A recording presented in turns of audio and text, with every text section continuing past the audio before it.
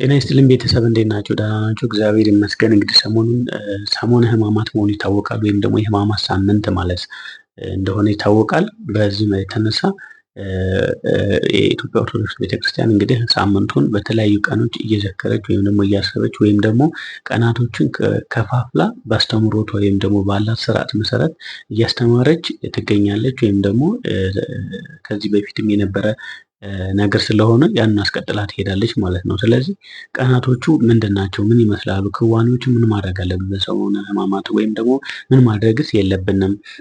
ቀናቶች እንዴት ተሰየሙ? በእነዚህ ቀናት ምን ምን ኩነቶች ወይም ሁኔታ ተደርገዋል ወይም ደግሞ ተከናውነዋል? ምንስ አለ? የሚሉትን በሰሙነ ሕማማት አንዳንድ ቪዲዮዎችን እንደ እግዚአብሔር ፈቃድ እንሰራለን ማለት ነው።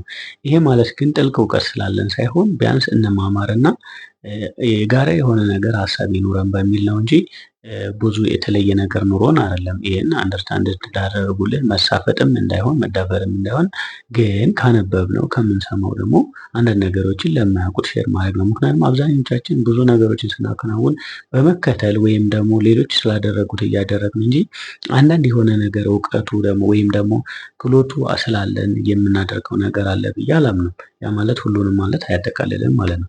ስለዚህ ከቻልነው በቻልነው አቅም ሁላችንም መማር አለብን። ሶሻል ሚዲያው ደግሞ ምናልባት ለዚህ ጥሩ አጋጣሚ ስለሆነ እሱን ብንጠቀምበት የሚል ሀሳብ ስላለን ነው ማለት ነው። ስለዚህ ቤተሰብ ሁላችንም ማወቅ ያለብን ሀሳብ አስተያየት መስጠት ይቻላል፣ ኮመንት ማድረግ ይቻላል፣ ካጠፋን ደግሞ ተግዛጽ ማድረግ ይቻላል ማለት ነው። ስለዚህ ምንድን ነው መጀመሪያ በምን አሰብኩ መሰለኝ ዘፍጥረትን ትንሽ መንካት አሰብኩኝ። ያ ማለት ምን ማለት ነው? እንግዲህ ሕማማት ከዚህ ከእሑድ ግማሽ ቀን ጀምሮ እስከሚቀጥለው ሳምንት ድረስ ወይም ደግሞ እስከ ቅዳሜ ድረስ የሚቀጥል ስለሆነ ወይም ደግሞ እስከ አርብ ድረስ የሚቀጥል ስለሆነ ስለዚህ ቀናቶቹ ሰኞ፣ ማክሰኞ እያልን እንቀጥላለን እና እነዚህ በዘፍጥረት እሳቤ እንዴት ተብለው ይታሰባሉ ወይም ደግሞ እንዴት ተብለው ይታወቃሉ? በተለይ በቤተክርስቲያን ስርዓት የሚለውን ማሰብ ፈለግኩ ወይም ደግሞ ማወያየት ፈለግኩ ማለት ነው። ስለዚህ መጀመሪያ ላይ ስለዚህ ፍጥረት ስናወራ ፍጥረታት እንዴት ተገኙ የሚለውን ነገር ማውራት ፈለግኩኝ። ስለዚህ ፍጥረታት የተገኙት በሶስት መንገድ ነው ማለት ነው። በሶስት መንገድ ነው ፍጥረታት የተገኙት። አንደኛው በዝምታ ነው። በዝምታ ማለት በአርምሞ ወይም ደግሞ ነገሮችን ዝም ብሎ እግዚአብሔር ዝም ብሎ ለማንም ለምንም ያለምንም እንትን ሳይናገር ወይም ሳያስረዳ ለመላእክትም ለሐዋርያትም ለማንም ቢሆን ምንም አይነት ንግግር ሳያደርግ በአርምሞ ብቻ ፈጣሪ አስቦ የፈጠራቸው እነዚህ በአርምሞ ወይም በዝምታ ይባላሉ ማለት ነው። ሁለተኛው ደግሞ በነቢብ ወይም ደግሞ በመንገር ነግሮ ማለት ነው። እንደዚህ አደርጋለሁ ብሎ እንደዚህ ያደረጋል በሚል የፈጠራቸው ፍጥረታት ሁለተኛ አለ ማለት ነው። ሶስተኛው ደግሞ በገቢር የፈጠረው ማለት ነው። ያ ማለት የሰው ልጅ በገቢር ማለት በግብር ወይም ደግሞ በመነካካት ማለት ነው። ስለዚህ እግዚአብሔርን ምንድነው በእጁ ሰራው እንደሚለው ማለት ነው። ስለዚህ በገቢር ሰራው ማለት ነው። ይሄ የሰው ልጅ ወይም ደግሞ ፍጥረታት እንዴት እንደተሰሩ የሚያሳይ ነው። በሶስት መንገድ ነው። አንደኛው በአርምሞ ወይም በዝምታ፣ ሁለተኛው በነቢብ ወይም ደግሞ በነቢብ ሲሆን ሶስተኛው ደግሞ በምን ይሆናል ማለት ነው? በገቢር ይሆናል ማለት ነው። እንደዚህ ካልን ደግሞ እያንዳንዱ ቀናቶች ምንድን ናቸው? አሃዱ ማለት አሃደ ማለት ሲሆን አንድ ማለት ነው። ያ ማለት የፍጥረታት የመጀመሪያው ቀን ማለት ሲሆን በዛ ቀን ምን ፈጠረ ካልን መላእክትን ፈጠረ ማለት ነው። በዛ ቀን ምን ፈጠረ ካልን መላእክትን ፈጠረ ማለት ነው።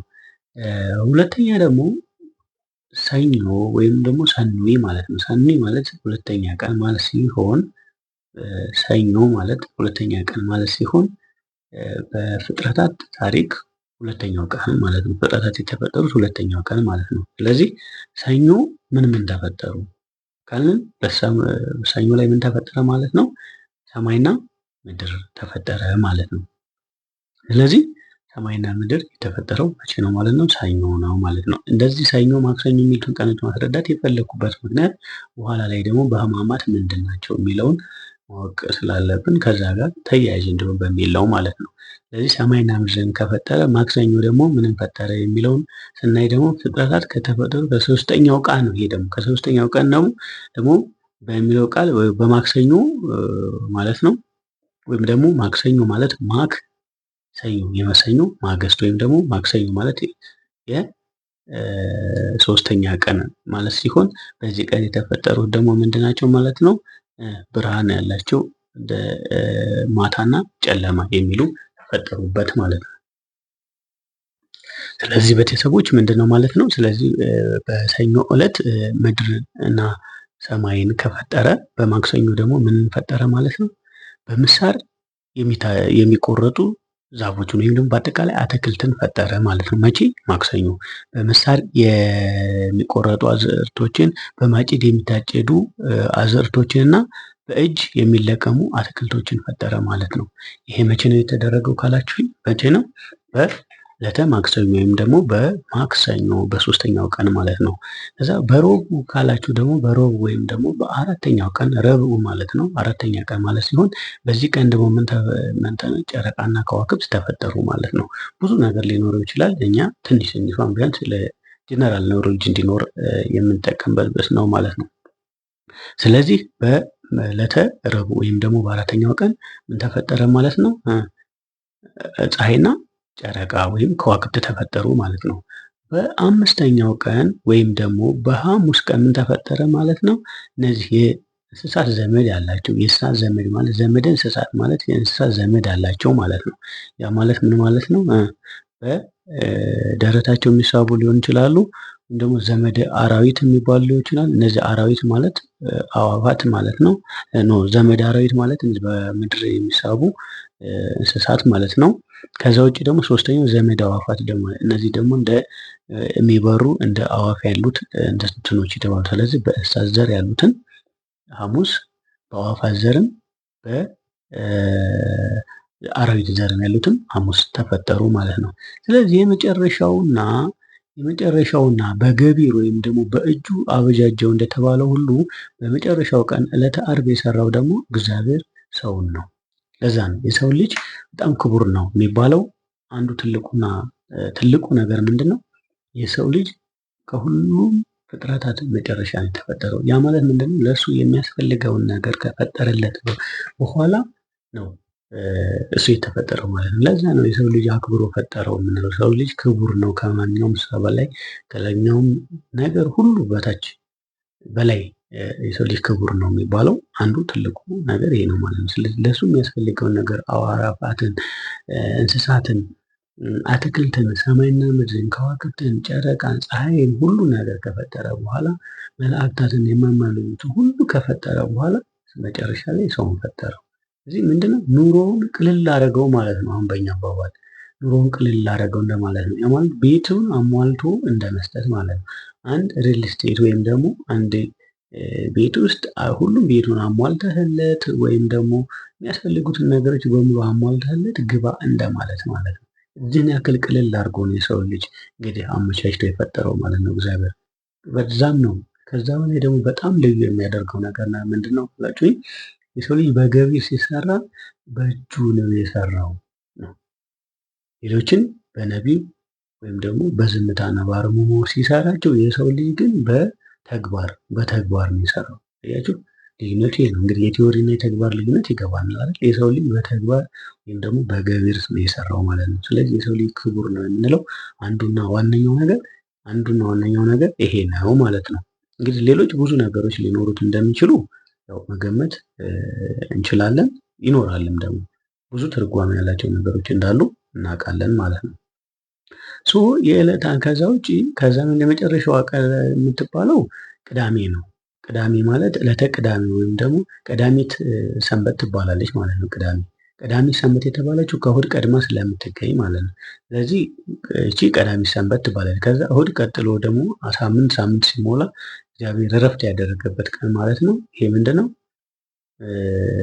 ሰንበትን ነው እረፍት ያደረገው። ዓርብ ከሰው በኋላ እንግዲህ የፈጠረው ፍጥረት እንደሌለ ነው የምረዳው። አለ ካላችሁ ምናልባት አላውቅም ታስረዱ ትችላላችሁ ማለት ነው። ስለዚህ ምንድነው እረፍት የተደረገበት ነው። ለዛ ነው እረፍትን አክብሩ፣ ቅዳሜና ሰንበት እረፍት ነው፣ የሰንበት ቀን እረፍት ነው፣ ሰንበቴን አክብሩ የሚለው ፈጣሪ ሙሉ እንትን ካለ በኋላ ፍጥረታትን ከፈጠረ በኋላ እሱ ያረፈበት ቀን ስለሆነ ነው ማለት ነው። ስለዚህ ድሮ እንግዲህ ወይም ደግሞ በአይሁድ ዘመን ቅዳሜ በጣም የምትከበር ቀን ነበረች ማለት ነው። እና ይሄ እነዚህ ቀናቶች እንደዚህ ካልን ቀናቶችን አሁን ደግሞ ሰሙነ ሕማማት ከእሑድ ከ6 ሰዓት በኋላ ጀምሮ ወይም ደግሞ እኛ በተለምዶ ከሰኞ ጀምሮ የምናከብራቸው ቀኖች ስለሆኑ እነሱን ቀናቶችን በዚህ መልክ በዘፍጥረት ካየን ሰኞ ምን ይደረጋል? ሕማማት ማለት ምንድን ነው? ምንድን ነው የማናደርገው? የሚሉትን ደግሞ አሁን እናያለን ማለት ነው። ስለዚህ በመጀመሪያው ነገር ሰሙነ ሕማማት ወይም ደግሞ የሕማማት ሳምንት የምንለው የመጨረሻው ቀን ነው ማለት ነው። ይህ ማለት ሰሙነ ሕማማት ወይም ሰሙነ ሳምንት ማለት ምን ማለት ነው? ከዕለታታችን ቀን ከሆሳዕና ሰርክ ማለት ቀጥሎ ማለት ነው እስከ ትንሣኤ ሌሊት ያለውን ጊዜ ወይም ቀናት የሚያመለክት ነው ይላል። ይህ ምንድነው? ሰሙነ ሕማማት ወይም ሳምንት ማለት ነው። ሐመ ማለት ታመመ ማለት ሲሆን ይሄውም የሰውን ዘር ሁሉ ከዲያብሎስ ቅጣት ወይም ባርነትን ለማውጣት ነፃ ለማውጣት ጌታችን አምላካችን ኢየሱስ ክርስቶስ በፍቃዱ የተቀበላቸውን ጸዋቶ መከራዎች የሚያስብ ነው ማለት ነው። ዕለታቱ የዓመተ ኩነኔ ወይም የዓመተ ኩነኔ ማለት የኩነኔ ዓመት ማለት ነው። ወይም ደግሞ የዓመተ ፍዳ ምሳሌዎች ናቸው ማለት ክርስቲያኖች የክርስቶስን ውለታ እያሰቡ እጅግ የሚያዝኑበት፣ የሚያለቅሱበት፣ የሚሰግዱበት ቤት ንብረታቸውን ትተው ከሌላው ቀናትና ጊዜያት በተለየ መልኩ ቤተ ክርስቲያን የሚማጸኑበት ጠዋት ማታ ደጅ የሚጠኑበት ኃጢአታቸውን በቤተ ክርስቲያን አደባባይ ለካህኑ የሚናዘዙበት ትልቁ ነገር በሰሙነ ሕማማት እንግዲህ ሰው ንስሐ መግባት ያለበት ጊዜ ነው ማለት ነው። ሁላችንም እናደርገዋለን፣ ራሳችን የምናውቀው ነገር ነው። ስለዚህ በሰሙነ ሕማማት ጊዜ ቤተክርስቲያን ሄደን መስገድ ምናምን ብቻ ሳይሆን ንስሐ መግባት የሚያስፈልግብን ጊዜ ነው ማለት ነው። ስለዚህ በዚህ ላይ ትኩረት ማድረግ አለብን። የቻልን እንዳንድርግ ያልቻልን ቢያንስ የቻልነውን ሌሎችን ነገሮች ማድረግ አለብን። ያ ማለት ግን የግድ አማራጭ ነው ማለት ግን አይደለም ማለት ነው። በዚህ ሳምንት ብዙ አዝማደ መባዕልት አይባሉም ወይንም ይልቁንም በመራብ በመጠማት በመውጣት በመውረድ በመስገድ በመጸለይ በመጾም በየሰዓቱ የጌታችን የኢየሱስ ክርስቶስ ጽዋተ መከራዎች በማሰብ አብስቶ ይሰገዳል። መከራውን፣ ሕማሙን፣ ድካሙን የሚያስታውሱ ከቅዱሳን መጻሕፍት እንደ ኢሳይያስ፣ ኤርሚያስ፣ መዝሙረ ዳዊት እነዚህን ግብረ ሕማማት ወዘተ ምንድነው በየሰዓቱ ይነበባሉ ማለት ነው። መስቀል መሳለም የለም በእነዚህ ጊዜ ማለት ነው። ስለዚህ ካህናት በእነዚህ ነገሮች የማያደርጉ ስለሆኑ ያኔ እናያቸዋለን ማለት ነው። ስለዚህ ሕማማት ማለት ባጭሩ ይሄ ነው ማለት ነው። ለምንድን ነው ሕማማት የምንለው? ስለዚህ ሕማማት እነዚህ ናቸው። ስለዚህ ሕማማት ይሄ ከሆነ ሌላ ምን እናያለን ማለት ነው? የሰሙነ ሕማማት ዕለት ስያሜያቸው ምንድን ናቸው? ቅድም ሰኞ ብለናል፣ ማክሰኞ ብለናል። ስለዚህ በዕለተ ሰኑይ ወይም ሰኞ ደግሞ በዘፍጥረት የሁለተኛው ቀን ማለት ነው። አንደኛ አንጽሐተ ቤተ መቅደስ የሚካሄድበት ነው ማለት ነው። ይህ ማለት ምንድነው? በዚህች ዕለት መድኃኒታችን ኢየሱስ ክርስቶስ ወደ ቤተ መቅደስ ሄደ።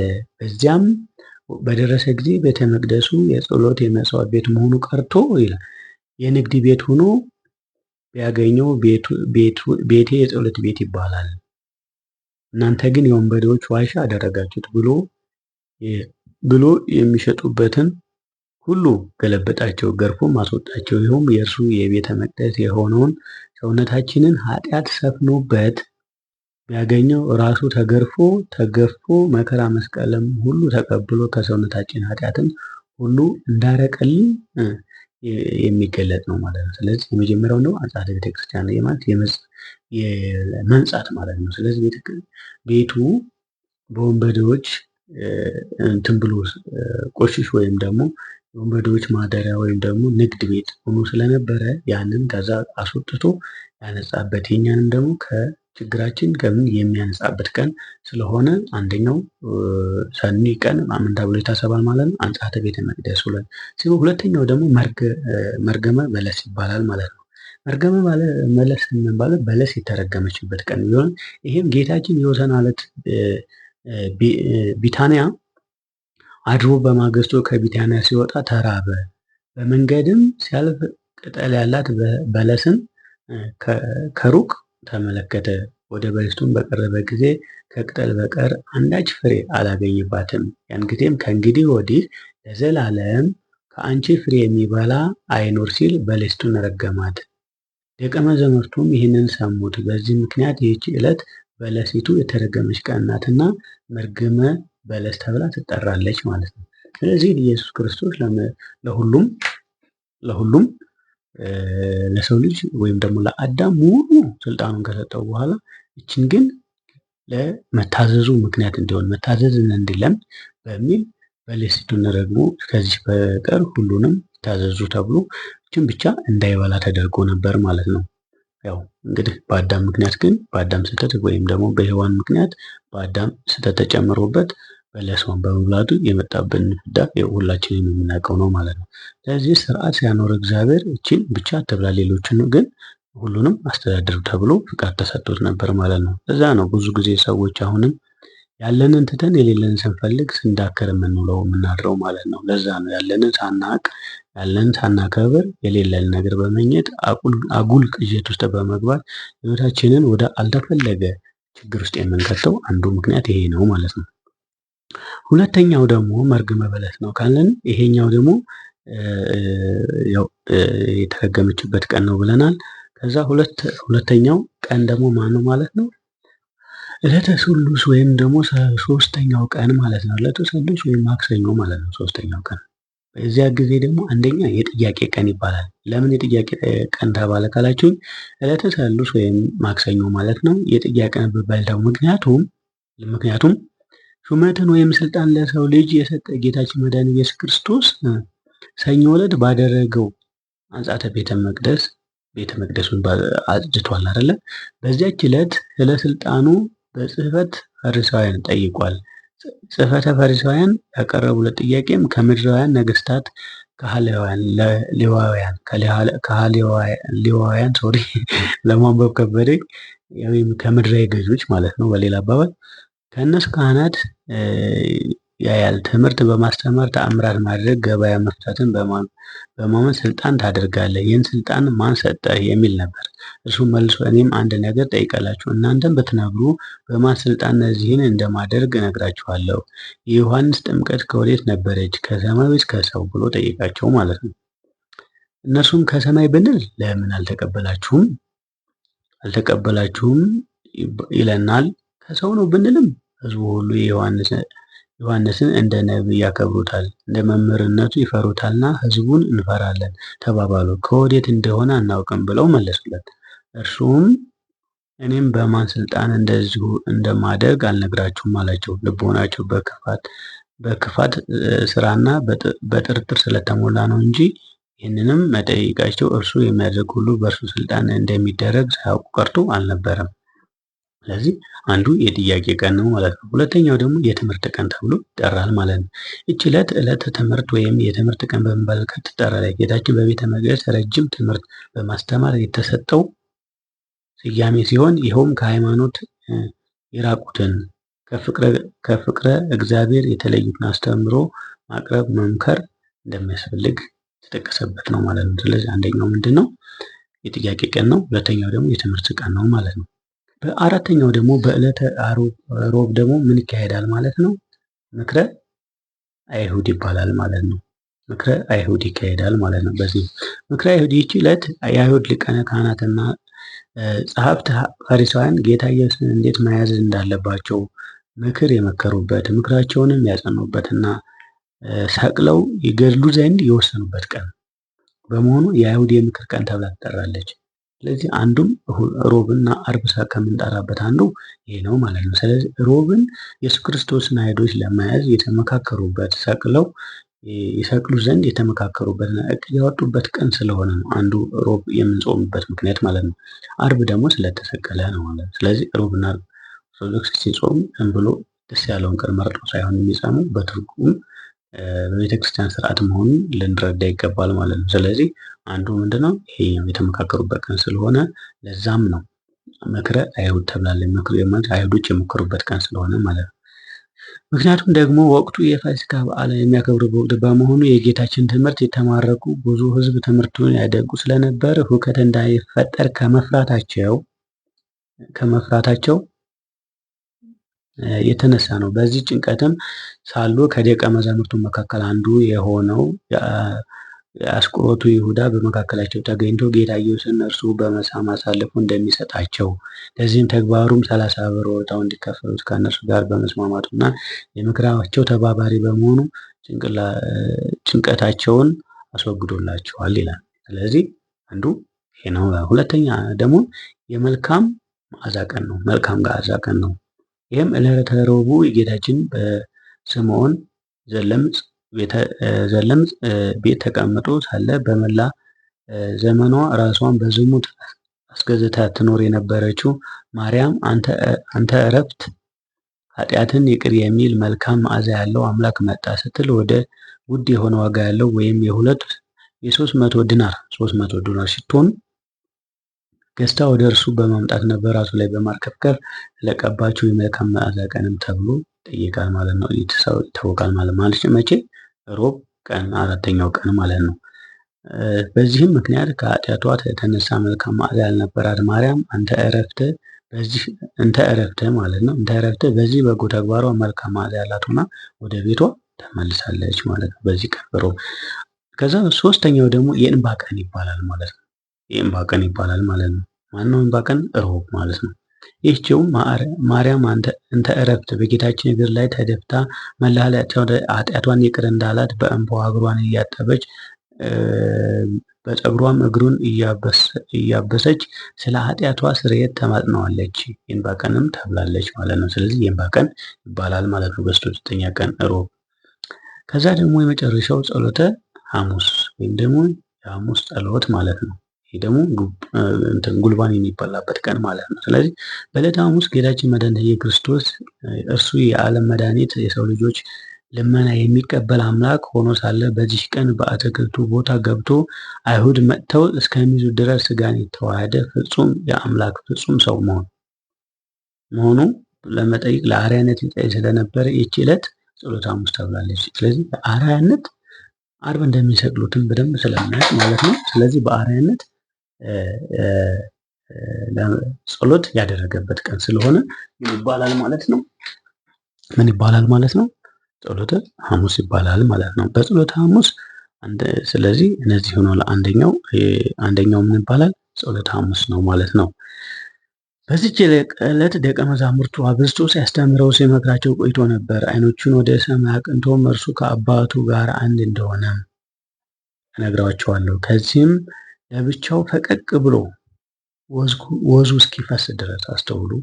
ወዙ እስኪፈስ ድረስ ከጸለየ በኋላ ወደ ደቀ መዛሙርቱ ሲመለስ ተኝተው ስላገኛቸው ከተኙበት ቀስቅሶ አንድ ሰዓት ያህል እንኳን ከኔ ጋር መትጋት አቃታችሁን? ወደ ፈተና እንዳትገቡ ትጉና ጸልዩ ብሎ ነገራቸው ማለት ነው። ከዚህ በኋላም እርሱ ከባህሪ አባቱ ከእግዚአብሔር አብ ጋር ስላለው አንድነትና ክብር ለሐዋርያት ካስተማራቸው በኋላ ኢየሱስም ይህን ተናግሮ አትክልት ወደ አለበት ስፍራ ወደ ቄድሮስ ወንዝ ማዶ ከደቀ መዛሙርቱ ጋር ወጣ ይላል። ስለዚህ እንደዚህ እያለ ይቀጥላል ማለት ነው። ስለዚህ ከዚህ ብዙ ነገሮች አሉ ማለት ነው። እዚህ ጋም ስለ ኢየሱስ ክርስቶስ ምናልባት ስለ ሥላሴ ትርጉም ያስረዳቸውን ቀን እንደሆነ ነው የምንረዳው ማለት ነው። ከዚህ ጽሑፍ እንዴት ነው ካላችሁ ስለ አንድነቱና ስለ ሶስትነቱም በግብር ሶስት ነው፣ በመለኮት አንድ መሆኑን ያሳየበት ነው ማለት ነው። ብዙ ሰዎች እንደ ሥላሴ አንድና ብዙ ሊሆን ይችላል የሚል ጥያቄ አላቸው። እኔም ጥያቄ ነበረ ድሮ። ያ ማለት ምን ማለት ነው? እንደዚህ አይነት ትምህርት ሲያስተምሩ አይገባኝም። ምን ማለት ነው? እንዴት እንደዛ ይሆናል?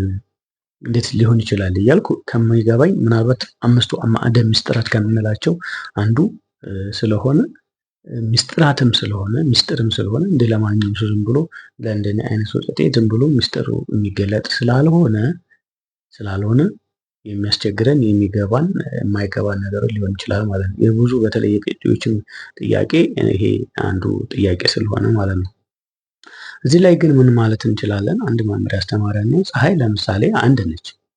ፀሐይ ስትወጣ ፀሐይ ወጣች ነው የምንለው። ፀሐዮቹ ወጡ አንልም። ፀሐይ ግን ምን አላት መሰላችሁ? ሙቀት አላት፣ ብርሃን አላት፣ ከዛ ደግሞ ክበባት አላት። አያችሁ? ይሄ ሁሉ ያላት ግን ምን ትባላለች? ፀሐይ ትባላለች። በሲንግል ትጠራለች ማለት ነው። ስለዚህ ኢየሱስ ክርስቶስም አንድ ነው ሶስት ነው ስንል በዚህ ምክንያት ነው ማለት ነው። ፀሐይ ብርሃን ትሰጣለች፣ አንድ በሉ በግብር ሲሆን ማለት ነው።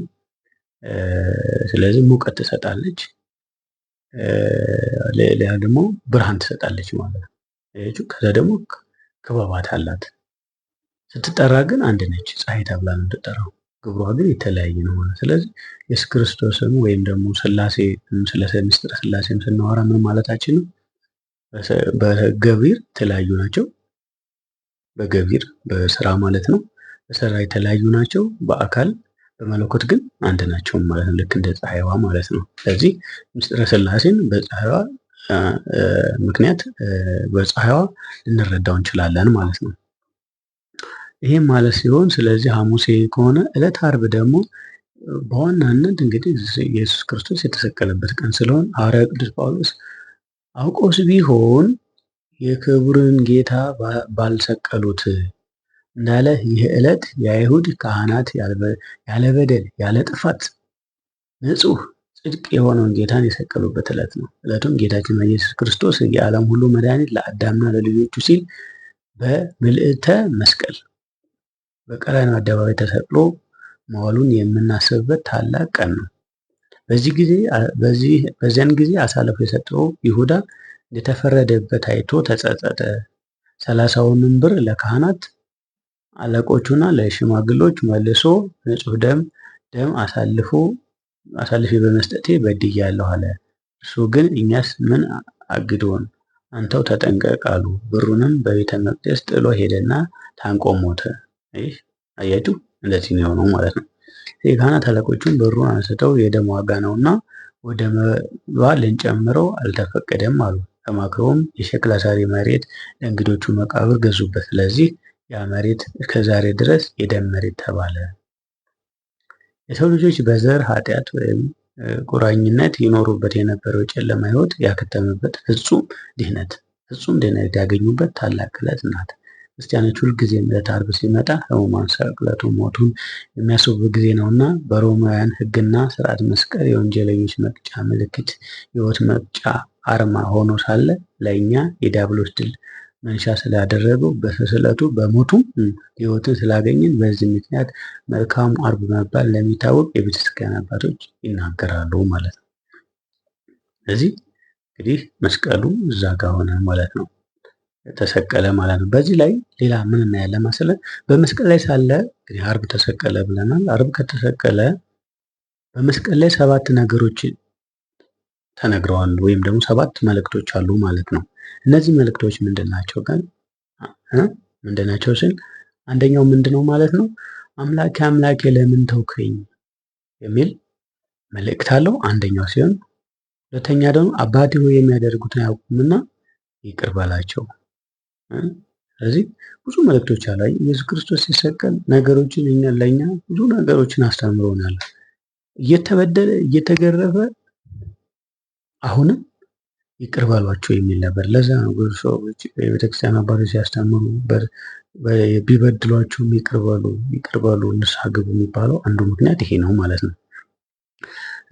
ሶስተኛው ደግሞ ዛሬ በገነት ከኔ ጋር እንዳትኖር በእውነት እነግርሃለሁ። አራተኛ አባቴ ሆይ ነፍሴን በእጅህ አደራ እሰጣለሁ የሚል ሲሆን፣ አምስተኛ ደግሞ እነሆ ልጅሽ እነሆት እናትህ ሲሆን፣ ስድስተኛው ተጠማው፣ ሰባተኛው እና የመጨረሻው ደግሞ ሁሉ ተፈጸመ ተብሎ መልእክት ተነግሯል ማለት በመስቀሉ ላይ ማለት ነው። ጌታ ሁሉ ተፈጸመ ብሎ እንግዲህ የመጨረሻ ነገር ተፈጸመ ብሎ ነፍሱን ከቅድስተ ስጋው በራሱ ፍቃድ ከለየ በኋላ አምላኩን ለመግለጽ የታዩ ተአምራት ደግሞ እንደሚከተሉት ናቸው። እነዚህ መልእክት ካስቀመጠልን በኋላ በራሱ ፍቃድ በገዛ ፍቃዱ ነፍሱን ከስጋው ከለየ በኋላ ምን አይነት ነገሮችን ተመልክተናል ማለት ነው፣ ወይም ደግሞ ተመልክተዋል ማለት ነው። አንደኛ ፀሐይ ጨለመች፣ በዛ ሰዓት ድቅድቅ ጨለማ ሆነ ማለት ነው። ጨረቃ ደም ሆነ መሰለች ወይም ደም መሰለች፣ ከዋክብት ረገፉ። እነዚህ ነገሮች በምን ሆኑ ካላችሁኝ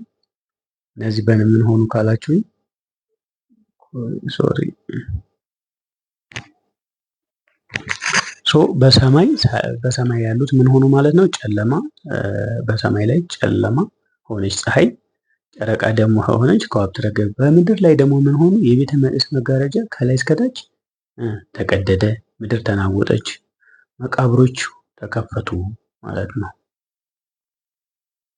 ከዛ እና መጨረሻው አራተኛ ደግሞ በምድር ላይ ምንድነው? ሙታን ተነሱ። ስለዚህ ስለ ትንሣኤ ሙታን የምናወራው ይሄንን ምክንያት በማድረግ ነው ማለት ነው። ስለዚህ ይሄንን ከሆነ ስለዚህ ዕለተ ቅዳሜ ላይ ደግሞ እግዚአብሔር የሚታዩትን የማይታዩትን በእግር የሚሄዱትና በክንፍ የሚበሩትን እንስሳት በመጨረሻም ሰውን በአይራውና በአመድ ፈጥሮ ያረፈበት ነች።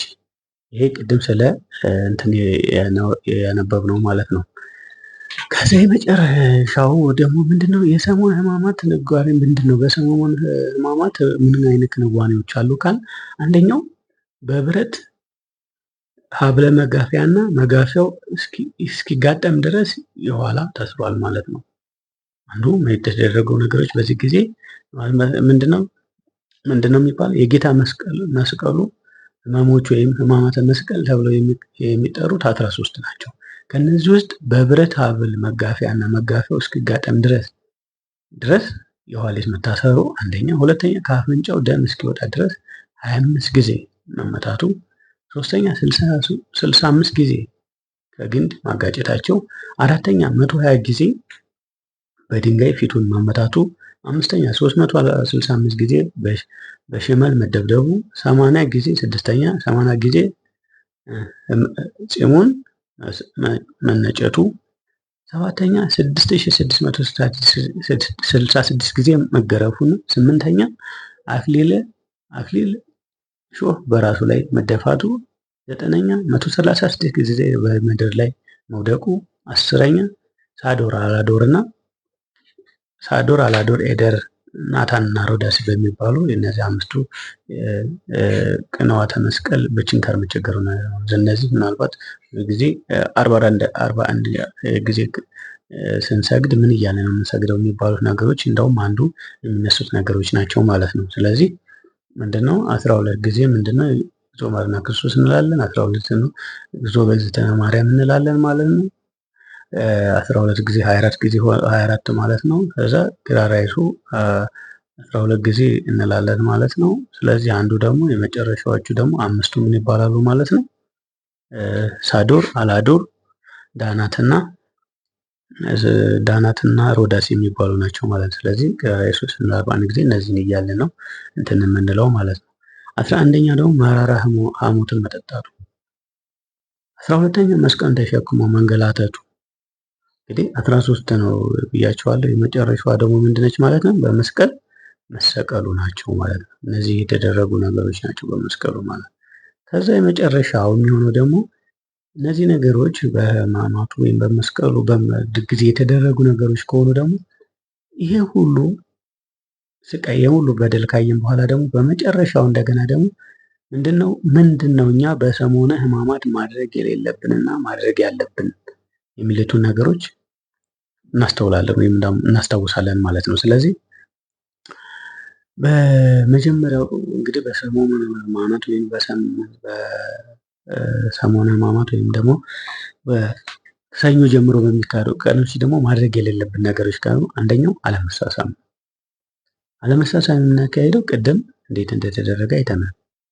በዕለተ ሮብ ሲመክሩ አይሁዶች መክረው የምክር ቀን ነው ተብሏል። እሑድ ሮብ ማለት ነው ሶሪ በዕለተ ሮብ የሚመክሩበት ቀን እንደዚሁ እንደሚያሳያቸው ስለዚህ ይሁዳ ስሙ እንደሚያሳያቸው እንትን ሳለና ስሙም ምልክት ስለሰጣቸው ከዮሐንስ ጋር በጣም የሚመሳሰሉ ስለነበሩ ኢየሱስ ክርስቶስ ይሄ ነው እኔ ያሳያቸዋለሁ ስሜ ያሳያቸዋለሁ የሳምኩት እሱ ነው ብሎ መልእክት ስለሰጣቸው መሳሳምን ስለዚህ ያንን በማሰብ አለመሳሳምን በዚህ ሳምንት እናከናውናለን ማለት ነው።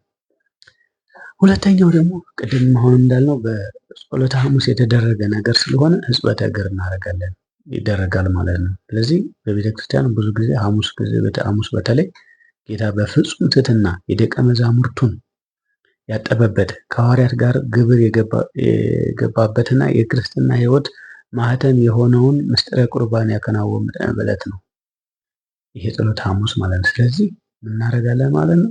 ያኔ አባቶቻችን ቁጭ ብለው ቤተክርስቲያን ሄደው ዝቅ ብለው ከኛ እግር ስር ይገኛሉ ማለት ነው፣ እኛን እግር ለማጠብ ማለት ነው። ስለዚህ ይሄ ምንድነው የእሱ ስርዓት ስለሆነ እሱ ይደረጋል ማለት ነው። ሌላው ደግሞ አክፍሎት ይደረጋል ማለት ነው። በሰሙነ ሕማማት አክፍሎት የሚደረገው በመጨረሻዎቹ ቀናት አክፍሎት ይደረጋል ማለት ነው። ይሄ ደግሞ በሰሙነ ሕማማት ዕለተ ዓርብ ከስግደት በኋላ ምዕመናን በየቤታቸው ጥቂት ነገር ለቁመተ ስጋ ቀምሰው እስከ እሁድ የትንሣኤ ሰዓት ይሰነብታሉ። ይህ አክፍሎት ይባላል። ብዙ ምዕመናን ከዓርብ ጀምሮ የሚያከፍል ሲሆን አንዳንዶች ግን ከሐሙስ ጀምሮ ያከብራሉ። ይህም እመቤታችን ያዕቆብና ዮሐንስ የጌታን ትንሣኤ ሳናይ እህል ውሃ አንቀምስም ብለው እስከ ትንሣኤ መቆየታቸውን ተከትሎ የመጣ ትውፊት ነው። አያችሁ፣ እዚህ የእሱን ትንሣኤ ሳናይ እህል ውሃ አንቀምስም ብለው ስላደረጉ እኛም ዛሬ ቤተክርስቲያን ላይ እንደምታስተምረው ይሄንን ለማድረግ ምን እናደርጋለን ማለት ነው? እናከፍላለን ማለት ነው። ከዛ ደግሞ ጉልባን እና ቀጤማ አለ ማለት ነው። እዚህ ጋር ጉልባን ጸሎተ ሐሙስ አሁንም ይባላል። ቀጤማ ደግሞ መጨረሻው ቀናት ላይ ይደረጋል።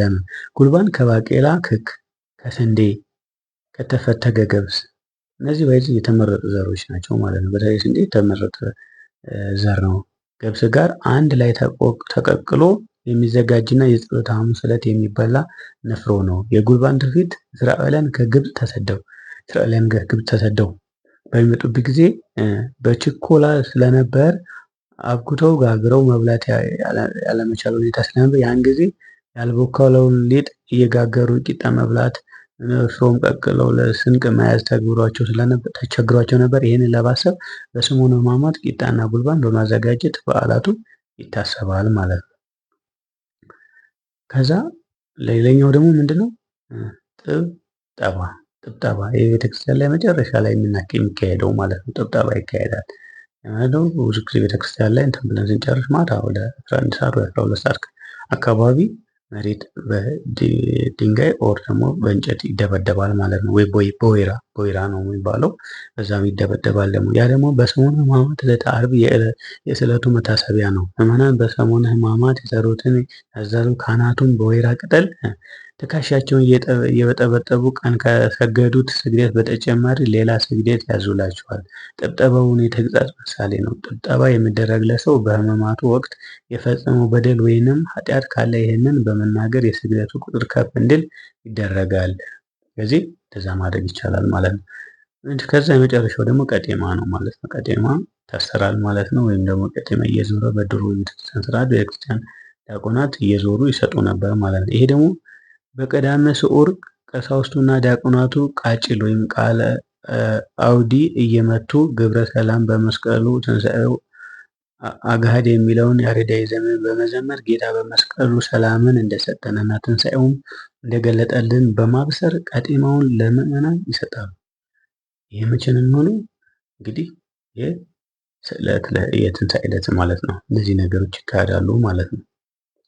ስለዚህ እነዚህን ነገሮች እያካሄድን በዚህ ሳምንት እንጨርሳለን ማለት ነው። ስለዚህ ብዙ ነገሮች ሼር እንዳደረግ ገምታለሁ። እንግዲህ እግዚአብሔር እነዚህ ነገሮች እንድናከናውን መጥፎውን ነገር እንድናደርግ በዚህ ዘመን ከኃጢአት ከዲያብሎስ ስራ ራሳችን እንድናደርግ እንዲሁም ደግሞ ካሉባልታና ከማይረባ ወሬ በዚህ ሰሞን እንኳን ተቆጥበን ሶሻል ሚዲያችን ለበጎ ነገር እንድንጠቀምበት ከወዲሁ ማሳሰብ ፈልጋለሁ። እንግዲህ እግዚአብሔር ሰሙነ ሕማማትን በዚህ በተለያዩ ነገሮች ውስጥ አሳልፎ ለእኛ ነፃነትን ሰጥቶናል ማለት ነው። የነፃነት ዘመን እንደሆነ ልንመኛለሁኝ። እሁድ ደግሞ ደብረ ዘይት ነው እንደምታውቁት። ስለዚህ